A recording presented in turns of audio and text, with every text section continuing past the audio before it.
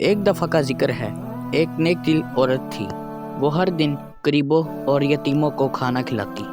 اگر کوئی فقیر دروازے پر آتا، وہ اسے پیسے دے دیتی تھی۔ اس نے اپنی زندگی میں 3 مسجدیں بھی بنوائی۔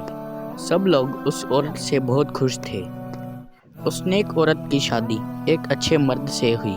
وہ دونوں ایک دوسرے سے بہت محبت کرتے تھے۔ ان کی زندگی ہنسی خوشی گزر رہی تھی۔ 10 سال گزر گئے۔ ان کے 2 بچے بھی ہوئے۔ ان کے گھر میں ہنسی اور سکون تھا۔ روز صبح ان کے لیے کھانا پکاتی تھی۔ یتیم اور غریب بچے ان کے دروازے پر آتے تھے۔ وہ سب کو مسکرا کر کھانا دیتی تھی۔ کبھی کسی کو خالی ہاتھ نہیں جانے دیتی تھی۔ وہ دن اور رات دوسروں کی مدد میں لگی رہتی۔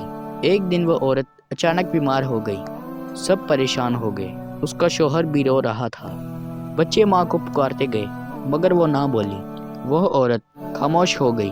اس کا دم نکل گیا۔ سب لوگ افسردہ تھے۔ گھر میں خاموشی چھا گئی۔ شوہر کو بہت صدمہ ہوا۔ اس کا دل ٹوٹ گیا۔ وہ کہتا تھا، میں اب کیسے جیوں گا؟ بچوں کی حالت بھی بہت بری تھی۔ وہ روتے رہے۔ شوہر نے بیوی کو نہلایا اور اسے کفن پہنایا۔ پھر وہ اسے آخری بار دیکھ کر رو پڑا۔ سب لوگ اسے جنازے کے ساتھ لے کر قبرستان گئے۔ دعا کی گئی، قرآن پڑھا گیا۔ جب دفن کرنے لگے، ایک کتا آ گیا۔ کتا سب کو دور کر رہا تھا۔ وہ زور زور سے بھونکتا، مگر کسی کو قبر کے پاس نہ جانے دیتا۔ سب لوگ ڈر گئے۔ انہوں نے نئی قبر کھودی، مگر وہ بھی عجیب لگ رہی تھی۔ سب کو خوف آ گیا۔ پھر بھی عورت کو دفن کیا گیا۔ لوگ واپس گھر کو آ گئے، لیکن کتا وہی بیٹھا رہا۔ وہ زور زور سے روتا اور بھونکتا رہا۔ جب شوہر گھر آیا، بیٹا بہت رو رہا تھا۔ روتے روتے اسے بخار ہو گیا۔ باپ اسے لے کر ہسپتال گیا۔ پوری رات ہسپتال میں جاگتا رہا۔ صبح کے وقت بچوں کو سلایا۔ جب بچے سو گئے، باپ قبرستان گیا۔ وہ بیوی کی قبر کے پاس بیٹھا۔ 2 کتے پھر سے وہی موجود تھے۔ وہ دونوں پھر زور زور سے بھونکنے لگے۔ ان کی آنکھوں میں جیسے آنسو تھے۔ کتوں نے قبر کے پاس زمین کھودنے لگے۔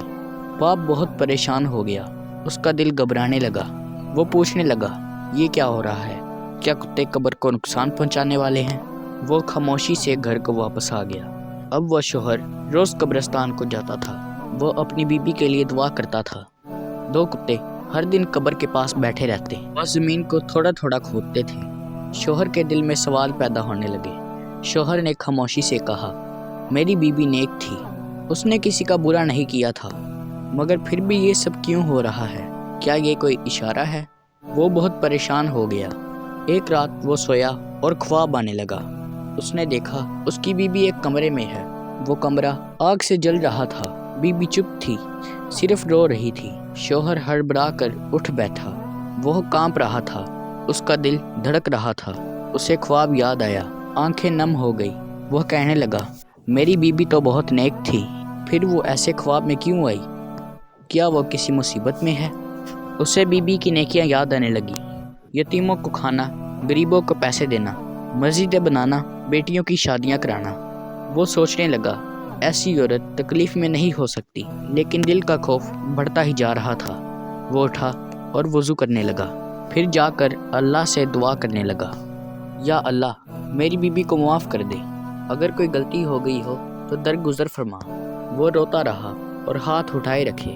اگلے دن بیوی کی قبر کے پاس گیا۔ کتا زمین کے پاس سونگتا رہا، پھر زور سے بھونکنے لگا جیسے کچھ کہنا ہو۔ دوسرا کتا بھی زمین کھودنے لگا۔ شوہر کو لگا جیسے کوئی راز چھپا ہے۔ شوہر نے عالم سے بات کی۔ عالم نے کہا، نیک لوگوں پر کبھی نہ کبھی آزمائش بھی آتی ہے، صبر کرو اور دعا کرتے رہو۔ شوہر نے کہا، میں بیوی کے لیے سب کچھ کروں گا۔ ایک دن اسے پھر سے بیوی کا خواب آیا۔ بیوی سفید کپڑوں میں مسکرا رہی تھی۔ آگ نہیں تھی، کمرہ روشن تھا۔ بیوی نے اپنا ایک ہاتھ اٹھایا اور اسے دعا دی۔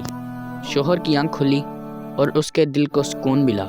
شوہر قبر کے پاس گیا اور دعائیں مانگنے لگا، اور قبر کے پاس بیٹھ کر قرآن پڑھا۔ وہ دونوں کتے قبر کے پاس لیٹے ہوئے تھے۔ اب وہ بھونک نہیں رہے تھے۔ شوہر نے کہا، میری بیوی جنت میں ہے، اللہ کا شکر ہے، اس کی نیکی کام آ گئی۔ شوہر اگلے دن قبر کے پاس پھر سے آیا تو وہ دونوں کتے وہی کتے تھے جو اس نے خواب میں دیکھے تھے۔ اس نے سوچا،